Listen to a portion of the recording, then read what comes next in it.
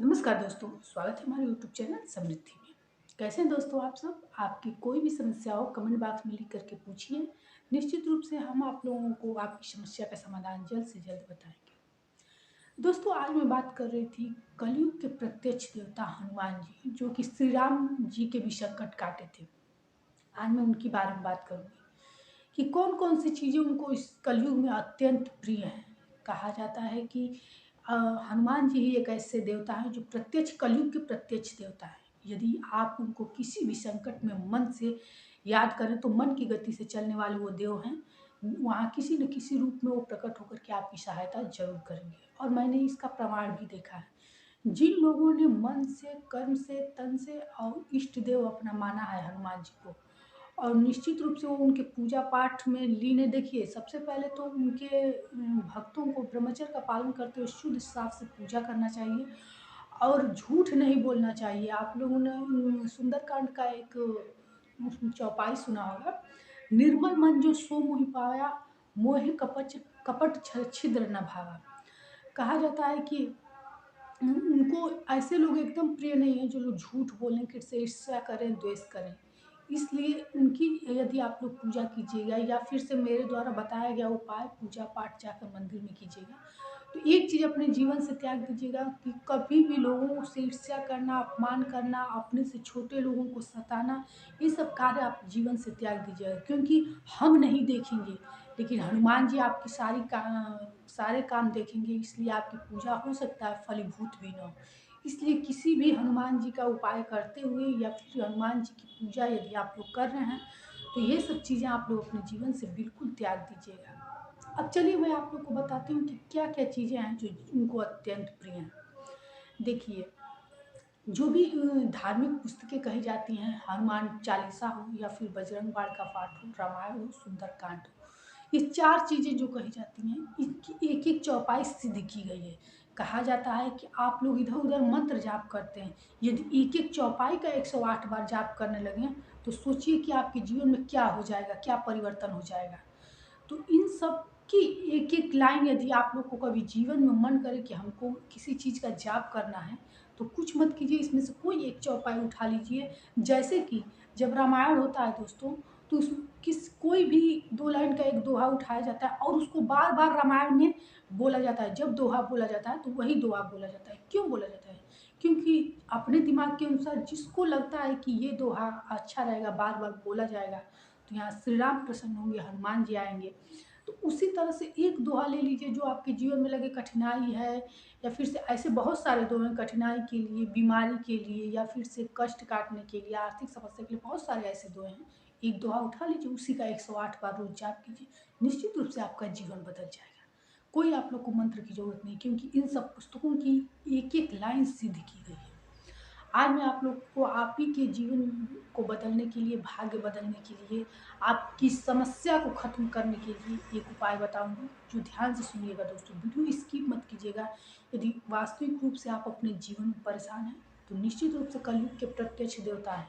आज तक कोई उनके दरवाजे से निराश होकर के नहीं आया है। बस हाँ, एक चीज़ है, सफाई और अपना मन साफ रखिएगा, क्योंकि इसके बिना वो प्रसन्न होने वाले नहीं हैं, और उनको प्रसन्न एक बार कर लिए तो कहा जाता है कि आपका दाहिना हाथ पकड़ के वो आप लोग की ज़िंदगी भर हाथ पकड़े रहते हैं। और जब-जब आप लोग उनको याद करेंगे, जब भी आप कष्ट में होंगे, आप लोग को एकदम दिखेगा कि आपके सामने हनुमान जी आकर के आपकी मदद कर रहे हैं। मैंने ऐसे बहुत सारे लोगों को देखा है दोस्तों कि जो लोग हनुमान जी को प्रसन्न करके और अपने जीवन में काफ़ी आगे बढ़ गए हैं। और एक चीज़ मैंने और देखा है, जो लोग उनका हाथ पकड़ लेते हैं, कभी छोड़ने का नाम नहीं लेते हैं, क्योंकि उनके जीवन की समस्याएँ इस कदर कटती हैं कि उनको देख कर के विश्वास नहीं होता है कि ऐसा भी हो सकता है। इतने वो कलयुग के प्रत्यक्ष देवता हैं और इतनी शक्तिशाली देवता है। देखिए दोस्तों, हनुमान चालीसा, बजरंग बाण का एक किताब और एक सुंदरकांड, एक रामचरितमानस। रामचरितमानस हो सकता है थोड़ा महँगा मिले दोस्तों, लेकिन ज़रूरी है इसलिए उसको खरीद लीजिएगा, क्योंकि संपूर्ण का योग रामचरितमानस ही है। और सुंदरकांड भी थोड़ा-सा सस्ता मिलेगा, लेकिन ये सब जो 10-10 रुपए के मिलेंगे, हनुमान चालीसा हो या फिर से बजरंग बाण हो, ये सब आप खरीद सकते हैं। 4 मंगलवार और 4 शनिवार आप लोगों को करना है दोस्तों। अब आप चुनिए अपने अनुसार कि आप शनिवार को कर सकते हैं या मंगलवार को, दोनों दिन हनुमान जी की पूजा होती है, ये तो हमको बताने की ज़रूरत नहीं है। तो यदि महिला हैं तो 1 दिन पहले आप लोग बाल वगैरह धुल के शुद्ध सात्विक भोजन कीजिएगा, क्योंकि मंगलवार और शनिवार को तो बाल धुला नहीं जाता है। पुरुष हैं तो आप लोगों से कह दूँगी कि आप लोग जब सुबह नहा धो लीजिएगा तो उसके बाद कुछ पहले 1 दिन पहले की बात बता रही हूँ, तो कुछ मुँह में मत ऐसी चीज़ें खाइएगा, शुद्ध शाकाहारी भोजन कीजिएगा, धूम्रपान भी मत कीजिएगा। इसके बाद से आप लोग अगले दिन मंगलवार या शनिवार जिस जो भी दिन आप लोग चुनें, स्नान ध्यान करके और हनुमान जी के मंदिर में आप लोग पहले मंगलवार को 5 या 11 हनुमान चालीसा लेकर के पहुँच जाइएगा। कुछ आप लोगों को नहीं करना है, वहाँ धूप, बत्ती, घंटी हर चीज़ की व्यवस्था रहती है। सब कुछ दिखा करके अगर आप लोग को ना मिलता हो, जैसे मंदिर का धूप बत्ती, क्योंकि आगे जाली लगाया रहता है, लोग नहीं स्पर्श करने देते हैं, कोई बात नहीं, केवल अपनी पुस्तक लेकर के मत्था टेक दीजिएगा। और पंडित पुजारी अगर जा सकते हैं तो जा भी सकते हैं, नहीं तो पंडित पुजारी के हाथ में स्पर्श करा के कि ये हनुमान जी के हृदय से स्पर्श करा दीजिए। स्पर्श करा के या तो खुद खड़े हो जाइए या तो उसी पंडित पुजारी से कह दीजिए कि जो आए उनको एक-एक बाँटते रहें। निश्चित रूप से दोस्तों ये पहले मंगलवार को है, दूसरे मंगलवार की बात कहूँगी, लेकिन निश्चित रूप से 4 मंगलवार जाते-जाते आपकी कितनी भी बड़ी समस्या हो, देखिए समस्या पर भी आधारित होता है कि कितनी बड़ी समस्या। अब ये नहीं कि आपको कोई घर बनना है तो घर 4 हफ्ते में बन जाएगा, लेकिन हाँ, बनना शुरू हो जाएगा, रास्ता निकल जाएगा, रास्ता आपको दिख जाएगा। इसलिए घबराइएगा मत, आप लोग धैर्यपूर्वक 4 सप्ताह कीजिएगा और जिस तरह मैं बताई हूँ पूरे शुद्ध सात्विक होकर के वो चीज़ कीजिएगा। अगले मंगलवार को आप लोग बजरंग बाण की पुस्तक खरीदिएगा। ये सारी सिद्ध की हुई पुस्तकें हैं और उसको उसी प्रकार से स्पर्श करा के मत्था टेक करके और आप लोग ही बाँट दें तो अति उत्तम है। आप लोगों के हाथ से यदि जिस प्रकार प्रसाद वितरित अपने हाथ से किया जाता है, उसी प्रकार यदि आप वितरित कर दें तो अत्यंत अच्छा है, लेकिन नहीं कर पाए तो पंडित पुजारी से करा दीजिएगा, स्पर्श करा के कि वो कर दें। तीसरे मंगलवार को सुंदरकांड खरीद करके ऐसे ही, तो सुंदरकांड थोड़ा महँगा मिलता है, मैं ये नहीं कहूँगी कि 5 या 11 खरीदिएगा। देखिए श्रद्धा में भी छुपी हुई होती है स्थिति, और स्थिति होता है जो मन की गति से, वो भगवान कभी नहीं कहते हैं कि ऐसा कार्य करो कि एकदम उसमें तुम्हारा मन विचलित हो जाए कि अरे इस बार तो इतना पैसा लगेगा। ऐसा कोई पूजा नहीं कराना चाहिए अपने घर में जिससे आपकी आर्थिक समस्या विचलित हो जाए, आर्थिक चीज़ें विचलित हो जाए और आप लोग उसी बारे में सोचें। ऐसी कोई चीज़ फलीभूत नहीं होती है, इसलिए उतना ही करना चाहिए।